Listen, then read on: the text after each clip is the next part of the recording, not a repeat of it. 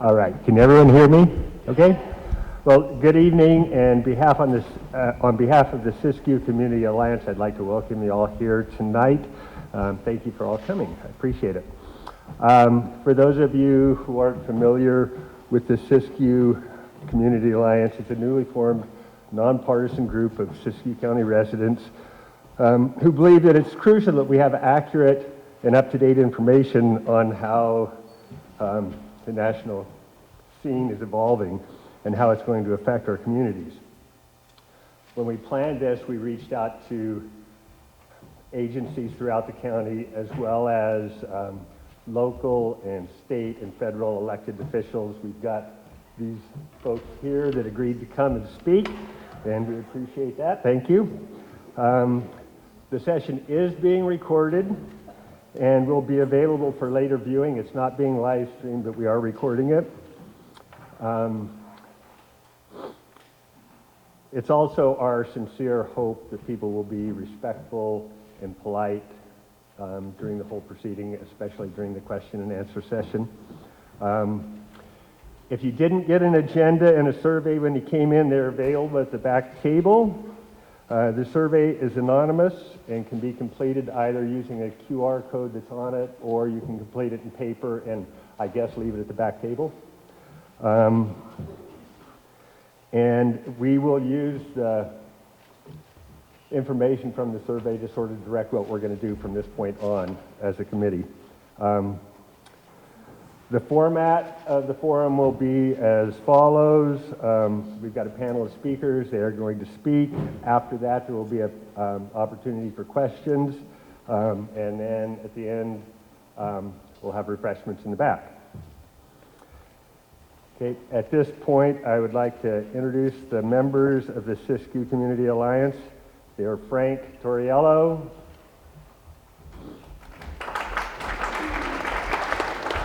Maggie Shepard, that's you,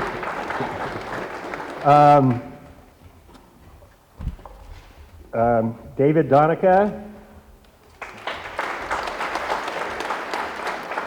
Dan Axelrod, Geneva Oman, Patty Crossan, and myself. And my name is Arn Thomas. And Katie Olivelo is this last person. I almost forgot her. How could I? She's going to introduce the panel, I think. Okay, thank you.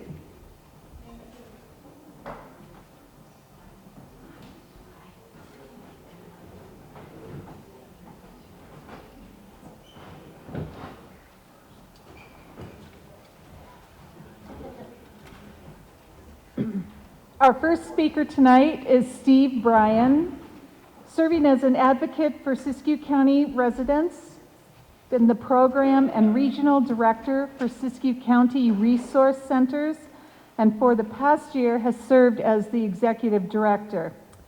Previously, he worked as a marketing director for the Pinraise fundraising platform.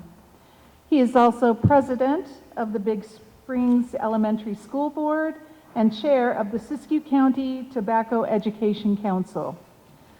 Steve grew up in Dallas, Texas, and has lived in Siskiyou County for 15 years, and when he's not at work, you can find him with his family. Thank you, Steve.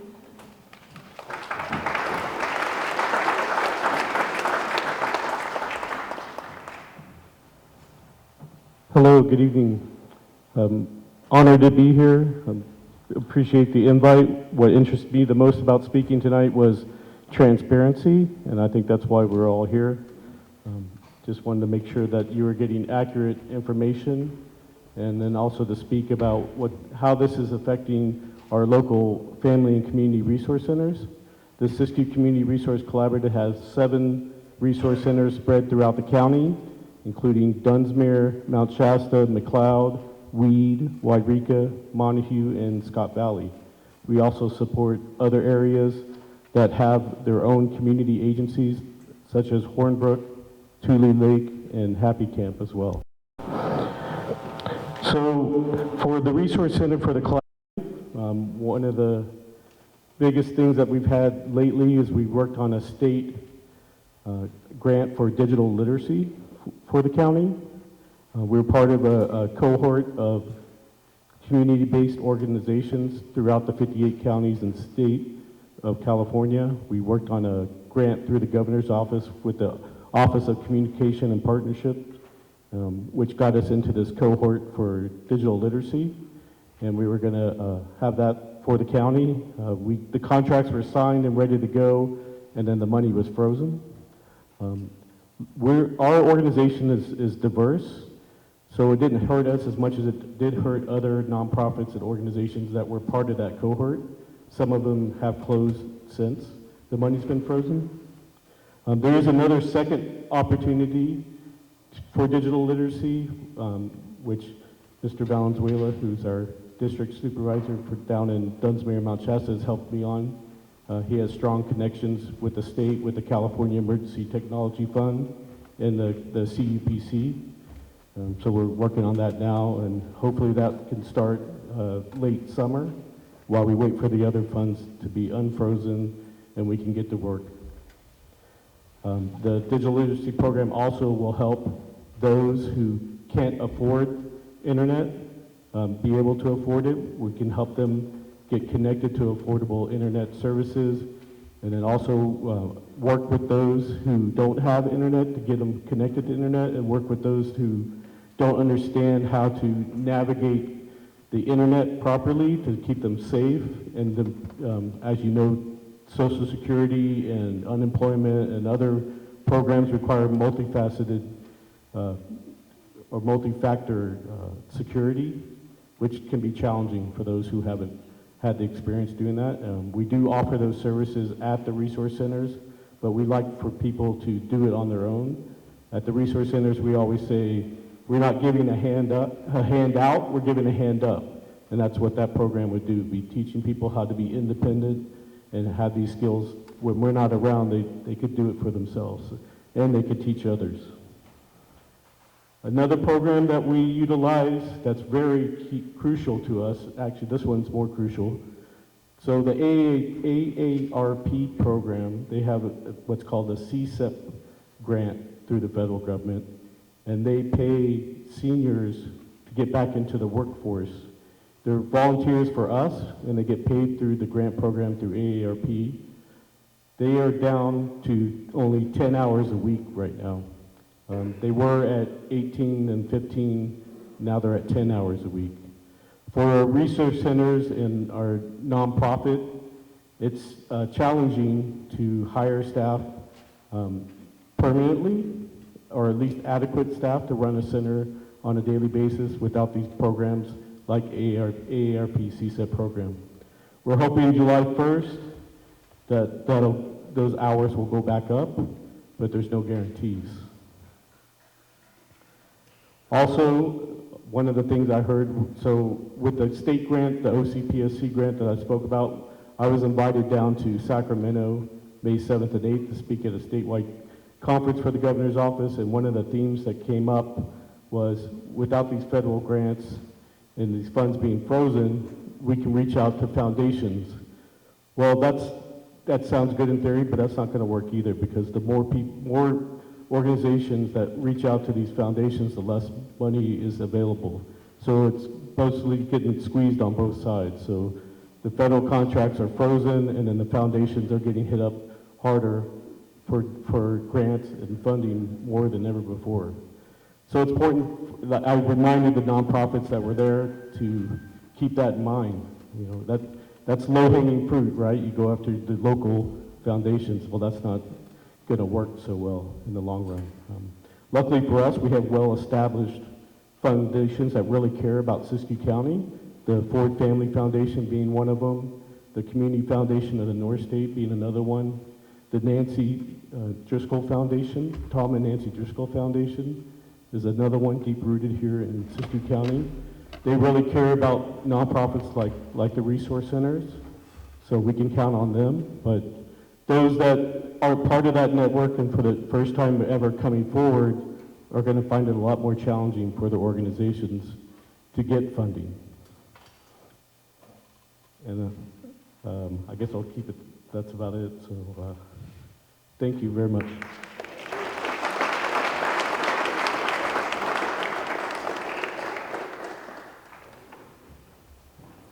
Thank you, Steve. We now have Marie Caldwell, who has over 30 years of experience in education, with a total of 20 years as a Siskiyou County school administrator. For the past 2 years, she has served as superintendent of Siskiyou Union High School and has also served as superintendent at Wairika High School and Scott Valley Unified Districts.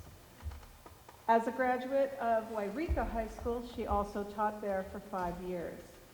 Prior to her current position, she was executive director for Siskiyou Works, and before her career in education was a financial controller for an international clothing company. She's been a resident of Siskiyou County for the past 45 years, having grown up in Montague.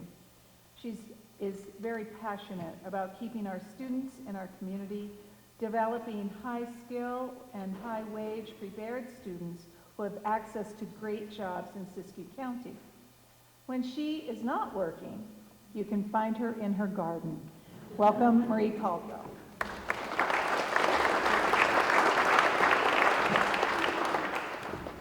And I was principal at YHS, so that's okay. I did check that before, and I didn't have my glasses on. And I started my career at 10, just so you know. I was a protege, right? The best part about what I get to do is I get to work with our students in our community. And Siskiyou Union High School District, for those of you that are unaware, are the 4 small high school districts that are remaining from the original Siskiyou Union High School District. Originally, all the high schools in Siskiyou County were in one district. And as each high school broke off into their own district, what we were basically remaining were McLeod, Weed, Mount Shasta, and Happy Camp. So that's Siskiyou Union High School District. As Katie mentioned, my last 4 years prior to taking on the role of superintendent, I was the executive director of Siskiyou Works, which is a nonprofit that links education to industry. And as Steve mentioned, one of the things that we are most concerned about as educators and community-based organizations as we start to step forward through the next 4 years is the fact that, one, it's very chaotic, so it's very unsure, right? We get one message, and then the next day a second message might come. And then the last piece, which is the key piece, is that rural communities, while they don't rely on federal funding to the same extent, or don't access federal funding to the same extent that our city partners do, rural communities rely heavily on federal funding.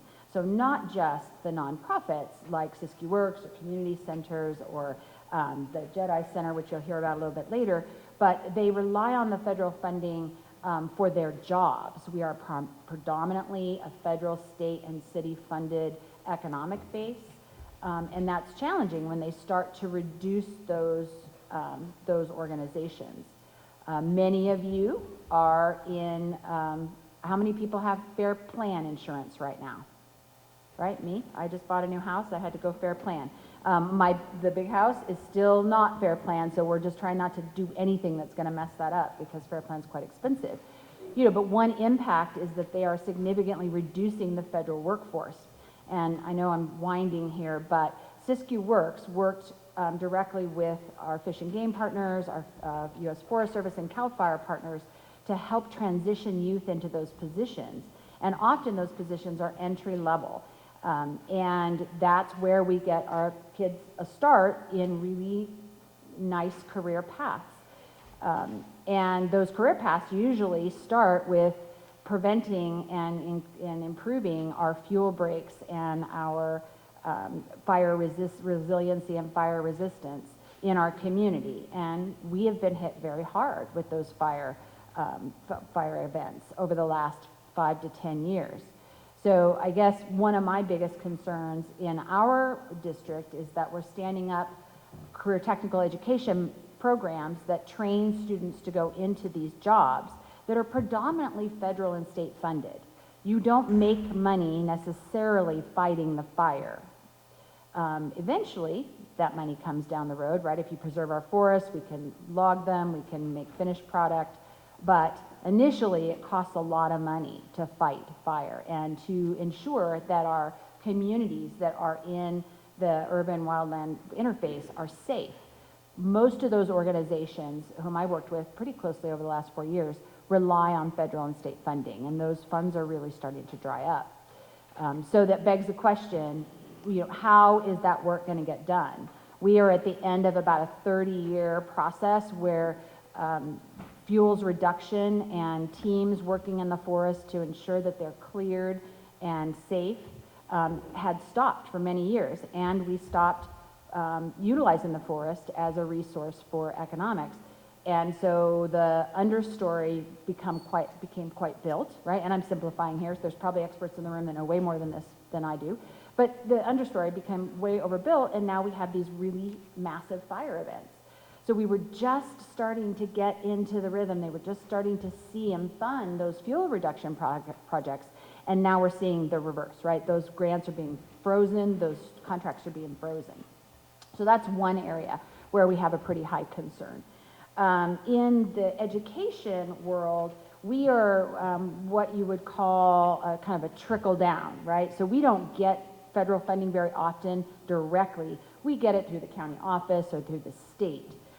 So our direct impact right at this moment, we're not really seeing that other than the Forest Reserve funds, which have not been reauthorized. And that's about $2 million into the general fund of most of our school districts. In Siskiyou Union, it's $115,000. So that's a teacher. So that's one teacher, poof, gone, right? So that's one place where we're seeing challenge. The other place we're seeing challenge, and another concern, I think I mentioned this earlier, is this idea of transitioning our youth into the workforce.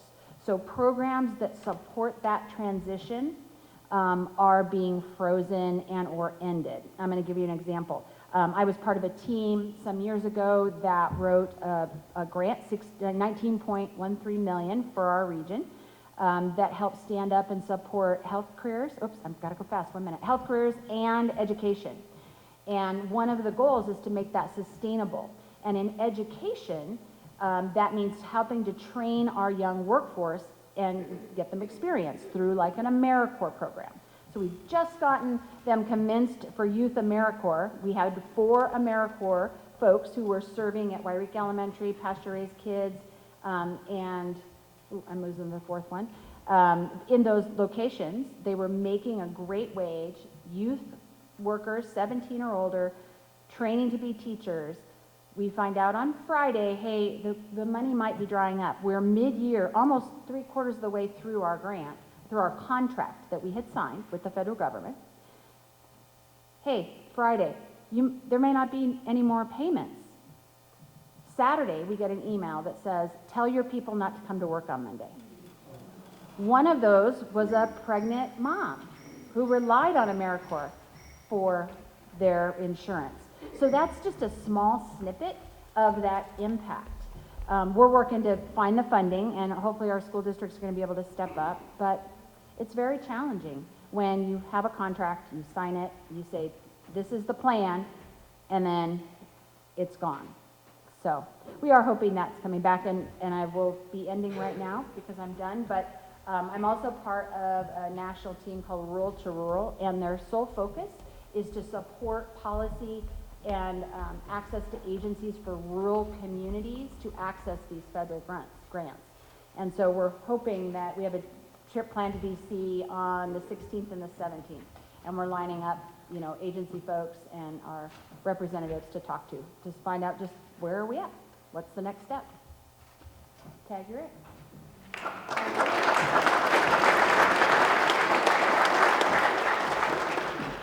Thank you, Marie. Remember, there's a question and answer period after the speakers are finished, so jot down your question that you might have for any one of these speakers. I'd like to introduce Sheriff Jeremiah LaRue. He's been in law enforcement for 20 years, the last 4 as our Siskiyou County Sheriff Coroner. Prior to this, he was a lieutenant with the Siskiyou County Sheriff's Office assigned as the Director of Law Enforcement Academy at College of the Siskiyous, where he was instrumental in creating the program. He has served in numerous other capacities within the department, including search and rescue training and community engagement.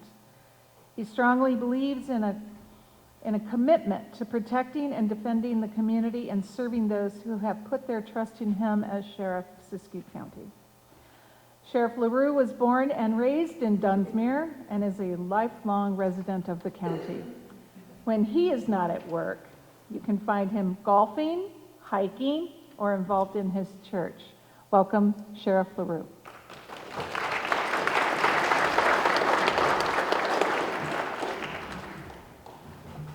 Well, thank you very much for that kind introduction.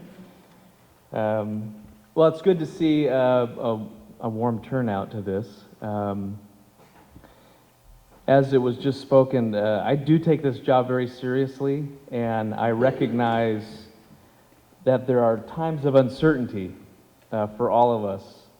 And I hope that the things that you hear tonight will bring transparency to maybe some confusing topics, but also that you would leave here a little bit comforted. I'm hoping that I can share a little bit about that.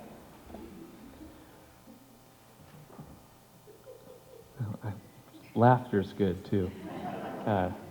Well, so within the law enforcement realm, we've talked about a few things involving, maybe some federal cuts. The way things that are looking currently in the law enforcement world is actually on a little positive note. There's potential that through federal funds, law enforcement's actually going to get more training, better equipment, and more positions, hopefully, which will benefit all of us. It will greatly help me. I hope to see that through. We work very closely with our federal partners, and it is a day-to-day uncertainty in many different regards. But what I can tell you is that we are going to, as a sheriff's office, we are committed to ensuring that your public safety comes first and that your protection comes first. And even when times are tough financially, we still serve, and we do a good job at that. I'm very thankful that our county prioritizes public safety. Our Board of Supervisors are great allies that recognize the importance of it, and they have stood the ground for me and my agency. And so I'm grateful for that and the county support that we have. So how can I reassure you? What are the things that I can say?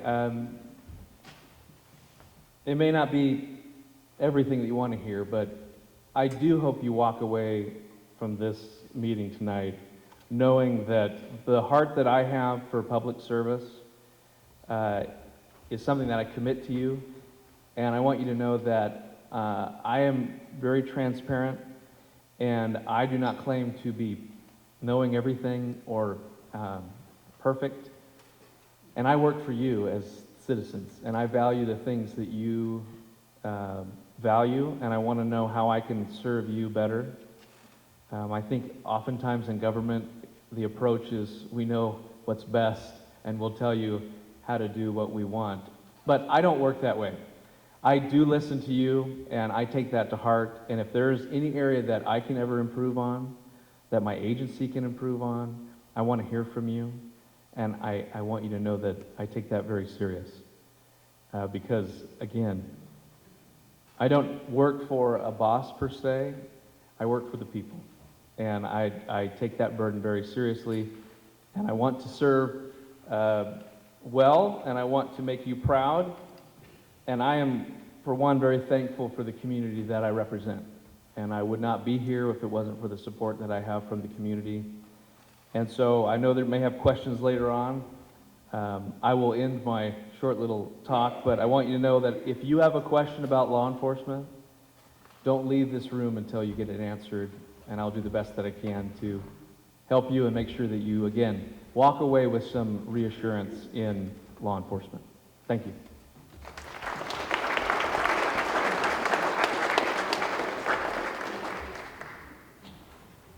Thank you, Sheriff LaRue.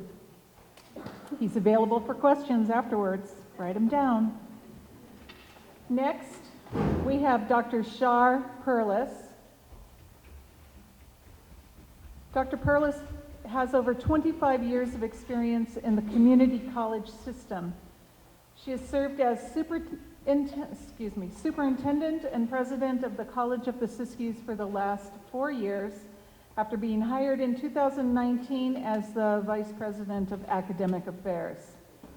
Prior to this, she was Interim Vice President of Student Services at Canada College, Dean of Science and Math at Chabot College, Dean of Workforce Development, Applied Sciences and Math at College of Alameda, and held the following positions at Mission College: Director, Faculty Counselor of Math, Engineering, and Science Achievement, Division Chair of Student Services, Department Chair of Counseling, and Student Learning Outcomes Coordinator.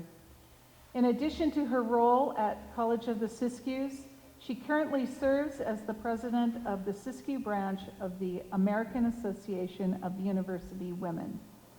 She grew up in San Rafael, California, and has lived in Siskiyou County for the past 6 years. And when Dr. Perlis isn't working, you can find her snowboarding at the ski park or wakeboarding on Shasta Lake. You go, Dr. Perlis. Welcome her.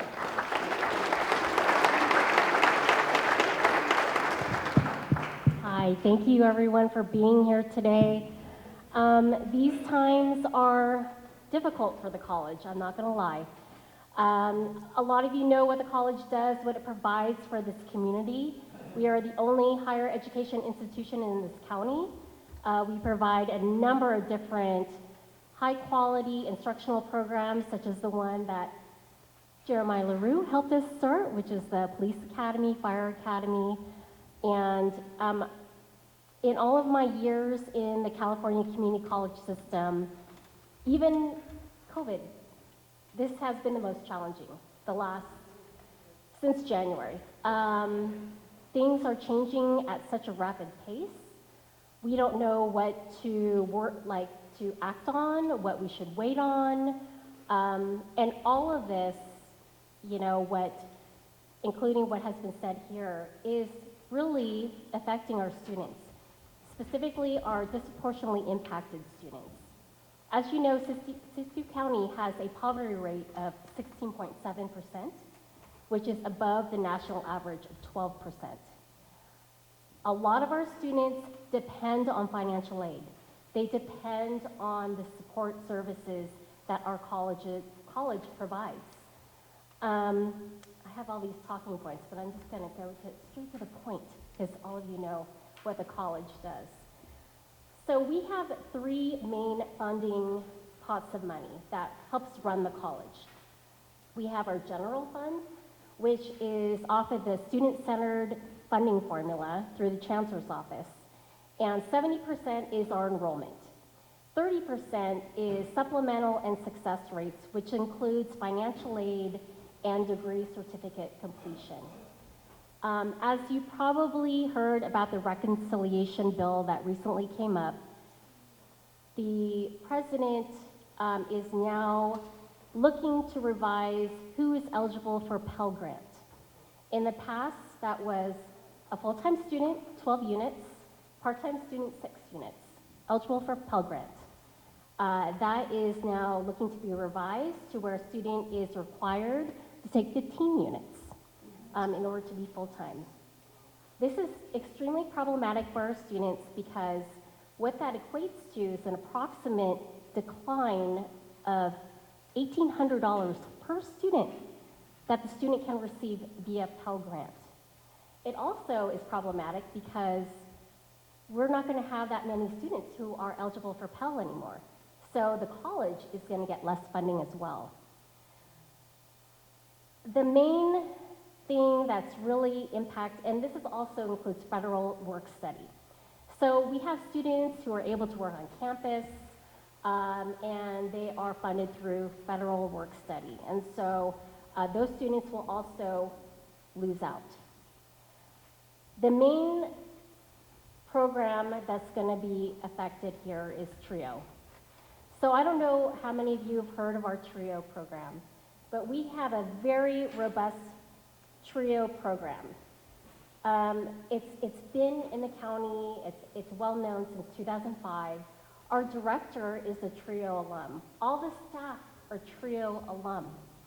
And, you know, for nearly 3 decades, the TRIO programs have thrived in Siskiyou County, building a powerful network between our K-12 and community partners. This is immense. This helps students with success and retention. This helps expose students who would not normally be exposed to college education to the college, and to introduce them in a way where they can feel that they are supported and they are successful. Another thing is our federal funding supports career technical education. So it's really interesting because our CTE programs help train the economy, help train the future workforce. And from what I understand, the justification for imposing tariffs is to bring jobs back to the US. But cutting the funding that supports job training for those careers is counterintuitive. I don't understand the logic. So really, from my experience starting in this new year, a lot of what's happening is really to kind of cause chaos, to kind of throw us off our game, and it's derailing our focus. I mean, do you see these bags under my eyes? I should be focused on how I'm going to be able to prepare students, provide the most optimal learning environment, but instead we are battling all of these executive orders and trying to figure out what we can and cannot do.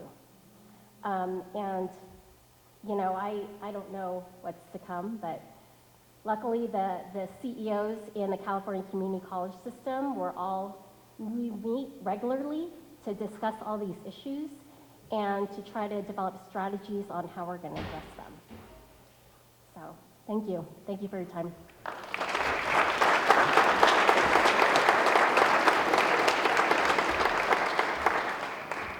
Thank you, Dr. Perlis. Remember, write down your questions. We'll be in question and answer period at the end. Our next speaker is Kathy Scott, who is currently the local Child Care Planning Council Coordinator for Siskiyou County. The LPC is appointed by the Board of Supervisors and the Superintendent of Schools. Kathy's job is to stay informed about current legislation that affects child care, as well as to conduct needs assessments and strategic plans to identify and address child care issues and needs in our community. She has been in this position for 7 years, and prior to this, she worked in the Head Start program for 28 years. She grew up in Cave Junction, Oregon, and has lived in Siskiyou County for the past 25 years. When Kathy's not working, you can find her fishing or exploring the backcountry. Welcome, Kathy.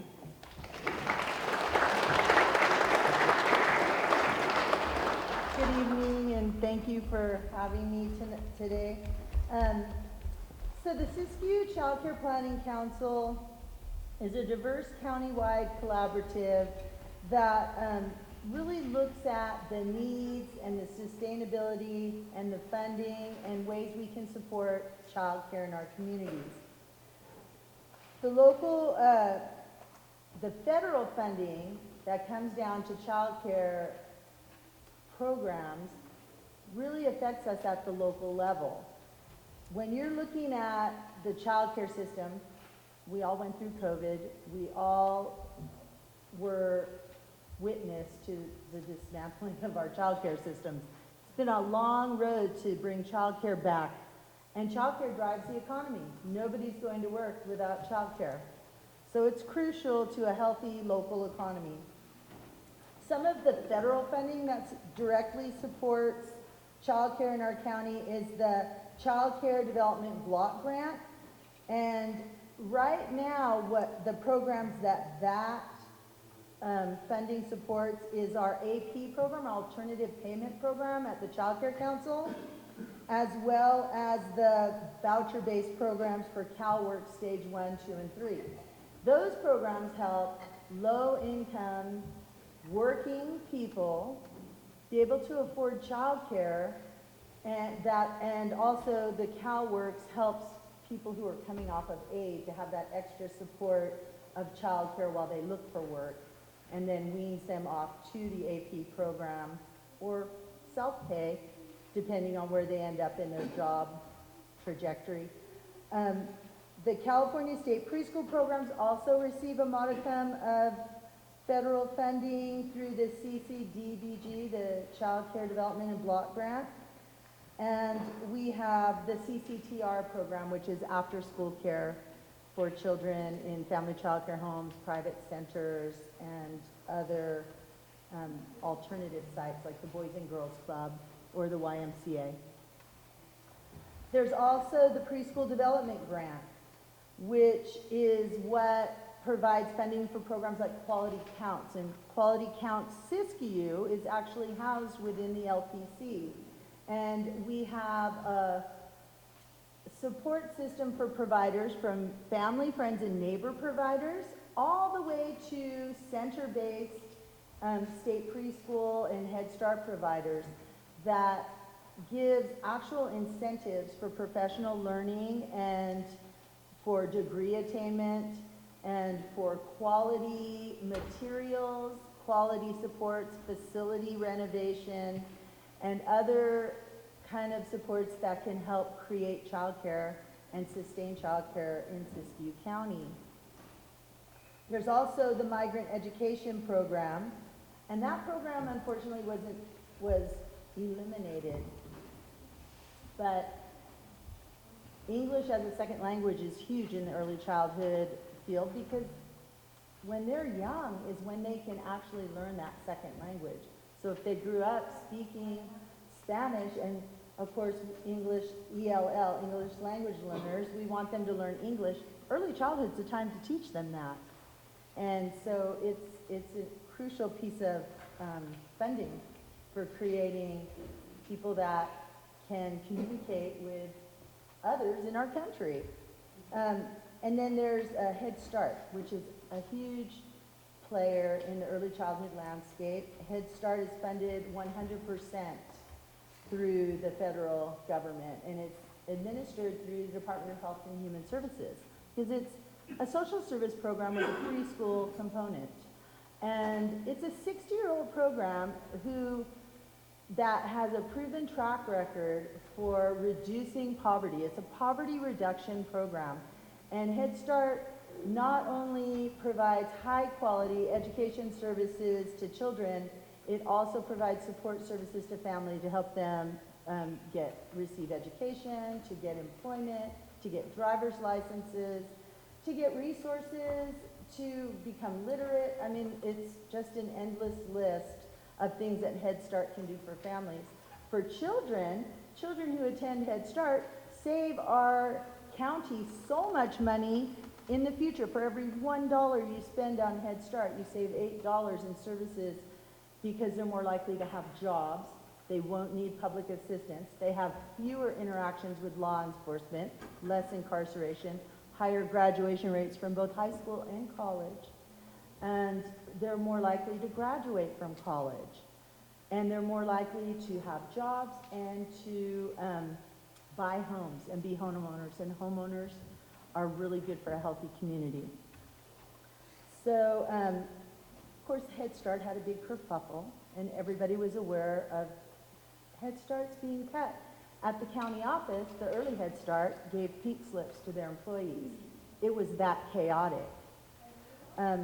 But Head Start, you know, it is a loved program. And so Across the country, hundreds and thousands of people called their representatives, and they said, don't cut Head Start. We want our tax dollars to go towards programs like this. And in this budget, Head Start was untouched. So I want to leave you with this message. The system can still work, but we can't sit back.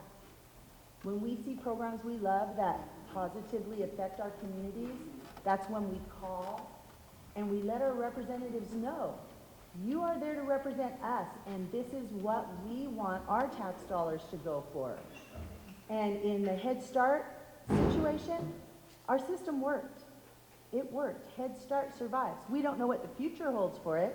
We don't know what budget talks are going to do to it.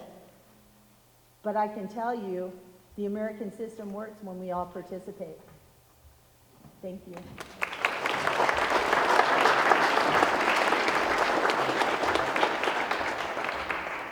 Thank you, Kathy. I think she brought some material that she is going to leave on the... I did on the back. She's left some material. If you're interested in looking at it, it'll be on the back table. It's my pleasure to introduce our next speaker, Nancy Swift. She's been the executive director of Jefferson Economic Development Institute, that's JEDI, for the last 30 years. Prior to that, she was the manager of the Loan Fund for the Women's Economic Growth. Nancy also serves on the board of Mount Shasta Union Elementary School. Nancy is grateful for all the local residents who have mentored her over the years. One thing she finds unique about our county is that, although sparsely populated, we possess a vast store of expertise, and when people care and work together, things happen. Nancy grew up in Houston, Texas, and when she is not at work, you can find her on the ski slopes or in the mountains. Please welcome Nancy Swift.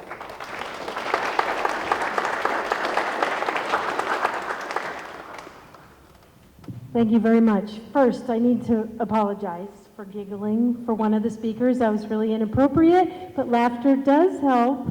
I'm sorry.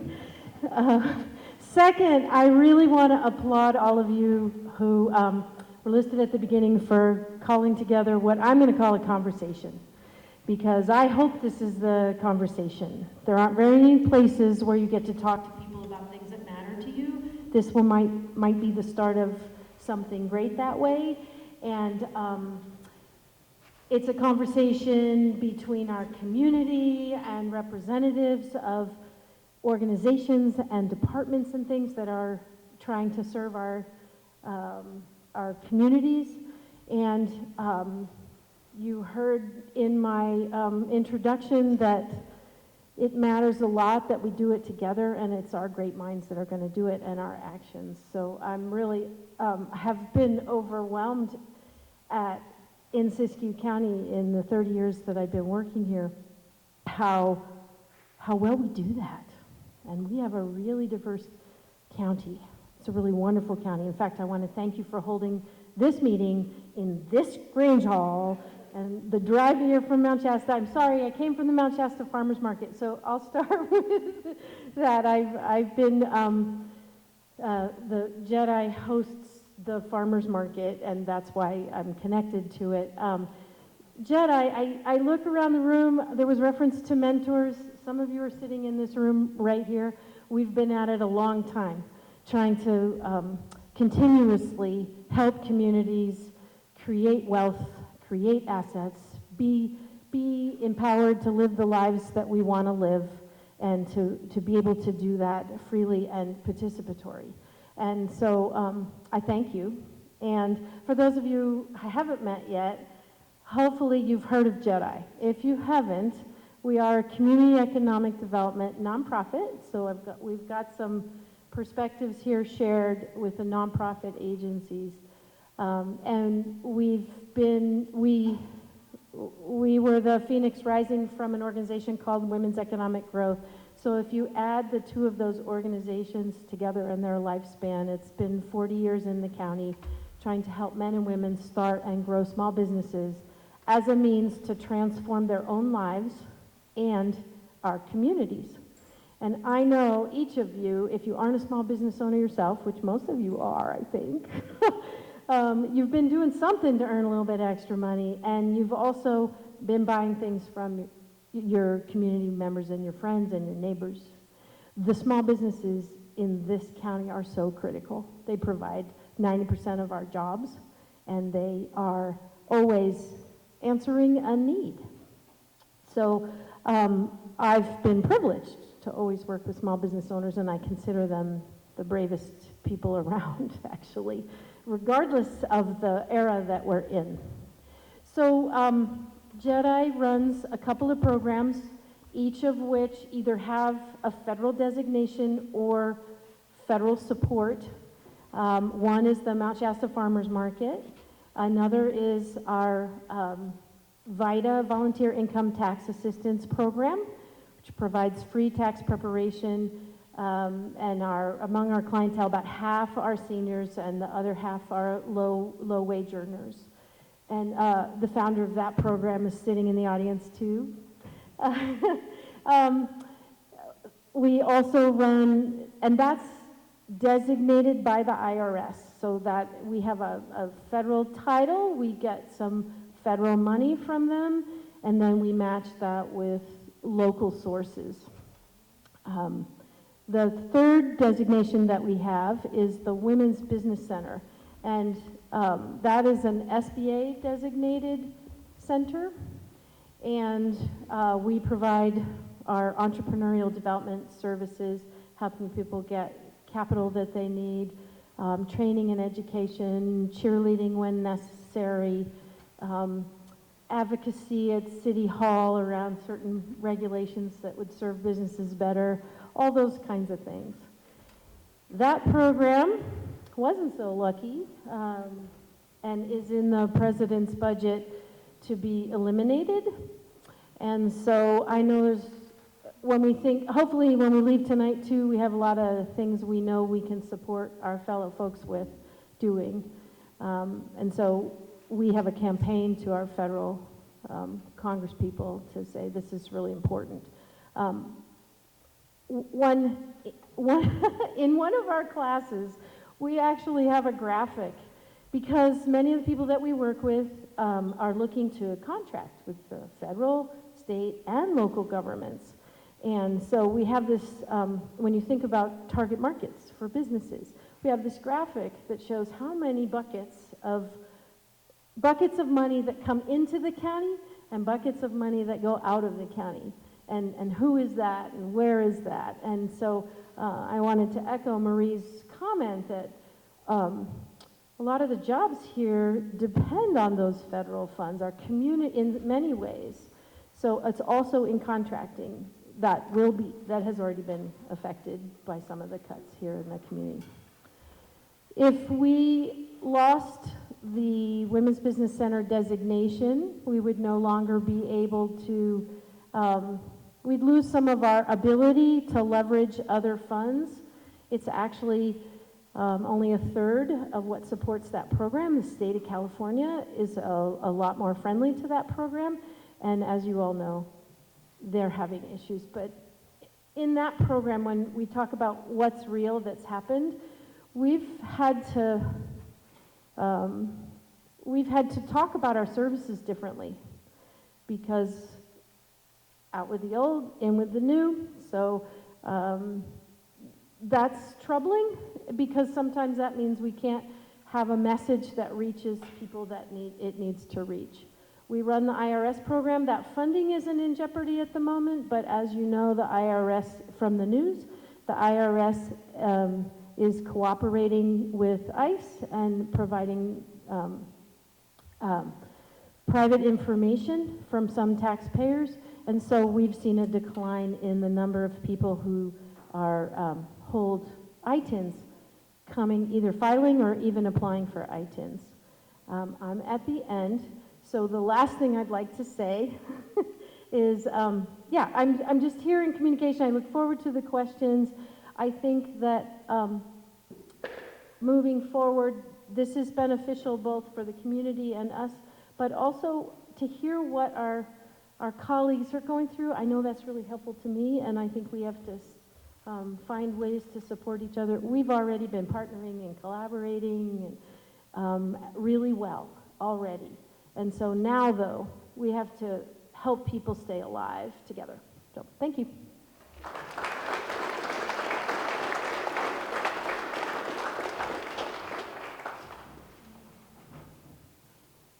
Thank you, Nancy. I'd like to introduce our next speaker, Dr. Dan Axelrod.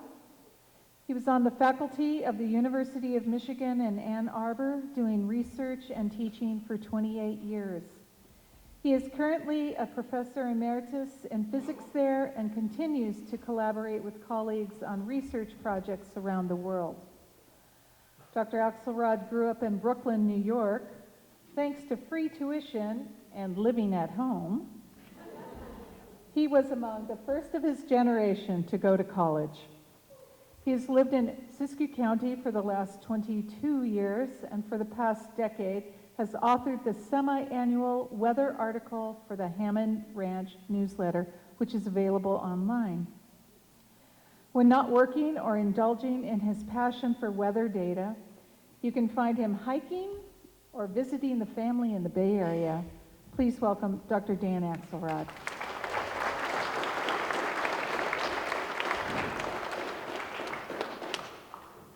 One other thing that you can find me doing is repairing the damage around the house from the last winter's weather.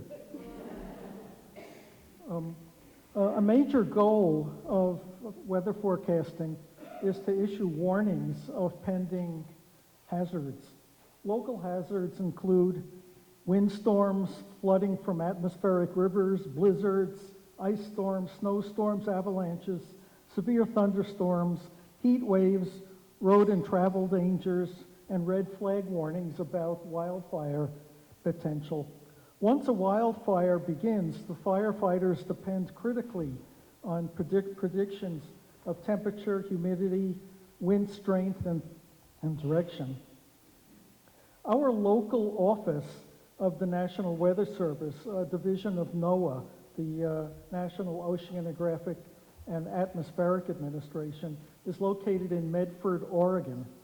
The Medford office works closely with other weather offices across the nation and the world to collect and analyze large amounts of data 24/7. The reason all this data collection is necessary is because weather is dynamic.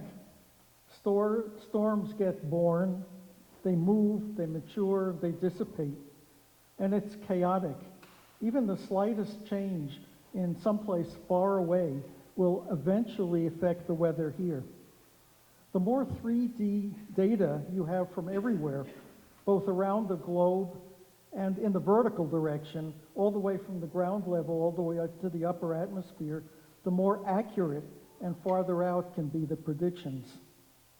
So, how will data collection and forecasting be impacted by the announced budget cuts and job eliminations?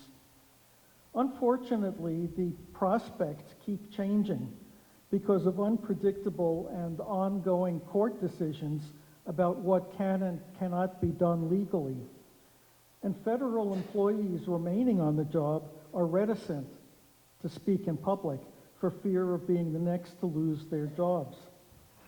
So the information I present here is from recent federal documents, and otherwise the info here is largely third-hand, as reported by public news services and by academic meteorologists who are in regular contact with the Weather Service. The initial plans of the Office of Management and Budget, that's OMB, for the coming fiscal year call for NOAA to get a cut of 28% in 2025 and another 38% in 2026. The budget slashes all funding related to research on climate and weather, especially research that involves what the OMB calls, quote, unnecessary climate measurements, unquote. The OMB promises to maintain the National Weather Service, so the effect of slashing research but still providing regular weather forecasts will make it seem like the immediate impacts are not that great, but the accuracy and range of forecasts will cease to improve and will slowly get worse. Funding for new satellites and for weather balloon launches in some locations will be reduced, so that critical 3D mapping of the atmosphere will become cruder. The cutbacks are somewhat unpredictable. On March 28th, NOAA issued a plan to reduce upkeep of polar weather satellites that serve as the backbone of 3 and 7 day forecasts and early warnings for hurricanes and tornadoes. But then a week later, NOAA backed off and said that they would abandon the cutback plan. Perhaps the reversal was because of an outcry. A former NOAA director warned that, quote, as soon as you start having system glitches, and in the satellite world, glitches are the name of the game, they're going to fail to collect the data that they need, unquote. Since the beginning of the year, more than 550 employees have left the National Weather Service across the country, thereby reducing the staffing level by 10% so far. The National Weather Service in Oregon used to employ a previous high of 100 people, the total over its 4 offices, Portland, Pendleton, Boise, Idaho, and our own office, Medford. These 4 offices are now down by 30 to 40 people. Those who have lost jobs include meteorologists, hydrologists, and technicians that maintain sensitive weather equipment. The firings specifically aim at probationary employees. That means new hires or those moved or promoted into new positions. The fear is that with few new hires or promotions into new positions, there will be no people around to gain on-the-job experience and eventually replace those who leave over the coming years. In 4 forecasting offices, including 2 covering all of California Central Valley, the staffing is so thin that there aren't enough meteorologists to cover an overnight shift. The aspect of meteorology that will take the greatest hit is climate prediction, which takes into account the sharp increase in greenhouse gases in the atmosphere because of fossil fuels.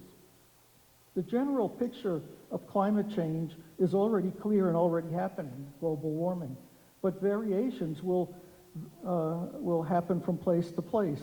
Climate models are designed to predict which areas will see more rain or more drought or more severe storms or more extreme heat or even more cold in the coming decades. The locally relevant answers are important for economic planning, for example, in our area, farming and forestry. But the world's major research center for climate modeling, located at Princeton University, will be virtually shut down. OMB explains this by saying, quote, NOAA's educational grant programs have consistently funded efforts to radicalize students against markets and spread environmental harm, unquote. Indeed, the present head of OMB has previously written of the need to, quote, halt steadily increasing climate extremism within the department and eliminate the prioritization of woke agendas, unquote. So that's my last comment here. Eliminating wokeness in NOAA's programs is a stated goal of the cutbacks, but the real goal is privatization of weather services. Project 2025, the blueprint for many of the cuts and largely written by the current director of the OMB, explicitly proposed that the Weather Service, quote, fully commercialize, unquote, its forecasting. This could lead to public safety becoming subscription only. Even a Republican U.S. congressperson from Oklahoma asked, is it going to be, he says, quote, is it going to be that the people with the most money can afford the best forecast? If you would like a list of the URLs with more details about the sources and facts and quotes, please visit the Siskiyou Community Alliance website and tap on the contact form and type out your request. And I'll be happy to send you all the info you need. Thanks.